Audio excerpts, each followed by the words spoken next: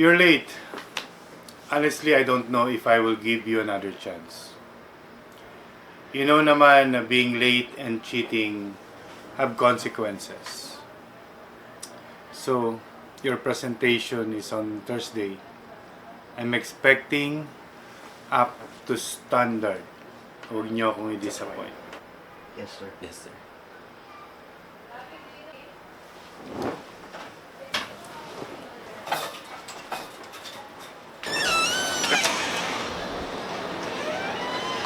Sabi niya, huwag mo akong i-disappoint. Eh di naman yung pumapasok sa klase eh. Being late? At cheating? Have consequences? Bro, paano natin gagawin tong project na to? Eh kasi naman, ano bang ginawa mo kay sir? Bakit galit si sir sa'yo? Eh bro, I was caught cheating daw kasi. Ano yun? Plagiarism? Whatever. Di naman yung ganun kalala eh. Wait, ano ba talaga ginawa mo? Bakit sabi niya sir cheating daw? Patingin ang ginawa mo? Well, you know, I was just doing my thing. Ay, matulong na siguro ko sa jowa ko nito. Teka, di ba kakabreak nyo lang noon si CC ba yun? Di mo ata kilala ang campus president sa school eh. Asa? Teka, ilaw ba talaga to eh? Sakit na ng tiyan ko. I need to go. As in, emergency level. Ay, tayo na talaga ako. Hello? Hello? Saan ka? Oh, I'm here at Dr. Way Home. Papunta ako dyan. See you. Okay, sige. I'll wait for you, ah.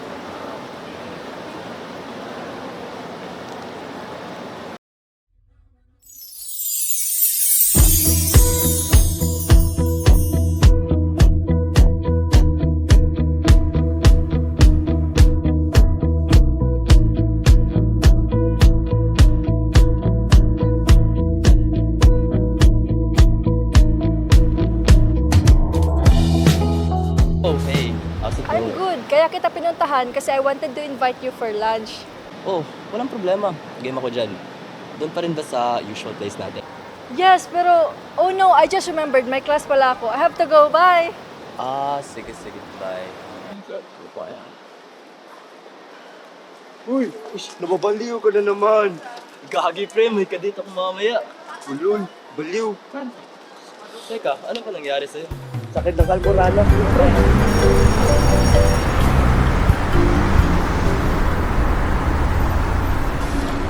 Exactly. Kaya nga we have this task for finance eh. And alam kong magaling ka sa ganito. Di ba galing ka sa creative writers? Oh, wait. Ano ba yan? Physics ba yan? No. Not math related. Actually, sa philosophy class namin to. And the topic is all about love in the contemporary world. Then, kailangan namin gawa ng paper, tas present sa class.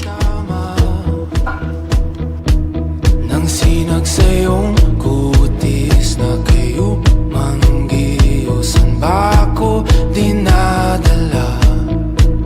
Bawat ngiting biglang nabura iyong naipinta. Hiwaga ng iyong tingin nang naalipin kahit saan man madala. Grabe, ang galing mo. May reader ka ba? Kaya idol na idol kita eh. Thanks, Alexa. You're the only one who really gets me. Di pinapansin, ingay sa tabi, magulong kapaligiran, sa'yo lang ang tingin. Di pinapansin, ika'y paiikutin ng dahan-dahan sa gitna man ng daan.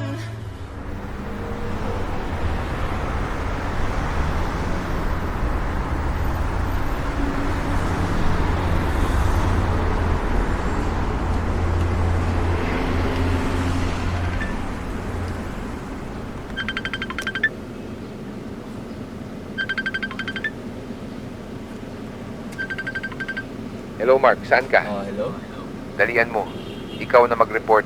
Yes po.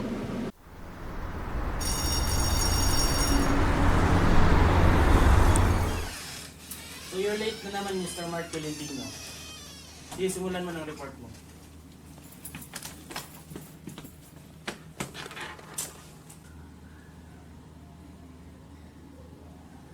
Hi everyone, I'm Mark Tolentino, and today I'm going to discuss something that we all think about, which is love. Love in the contemporary world, with partners seeking personal growth. Excuse me, Mr. Mark Tolentino. Before we proceed with your presentation, I would like to remind everyone about the usage of AI. We already have AI generated contents lately. Okay, can you please stop your reporting, please? Sir! Wait sir, hindi to AI. Baka nagka-error lang yung Guys, technology. pag-usapan muna namin to and pwede na kayong lumabas. Thank you. Hindi naman yun AI, sir. Ako gumawa nun. Baka nagka-error lang sa machine mo. Sa Mark Tolentino, ilang ulit ko mang sabihin sa'yo, punta ka na sa Dean's office.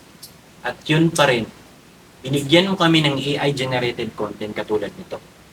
Sir, hindi talaga. Hindi yung AI. Kami ni Alexa gumawa nun. Anong Alexa ang pinagsasabi mo, Mr. Mark Tolentino? Nababaliw ka na ba? Walang Alexa, Mr. Mark Tolentino. Last week, ganyan pa rin yung reason mo. Ngayong week na to, ganito pa rin. And it is your finals. Mr. Mark Tolentino, I'm so sorry. You failed with this exam. May meeting pa ako.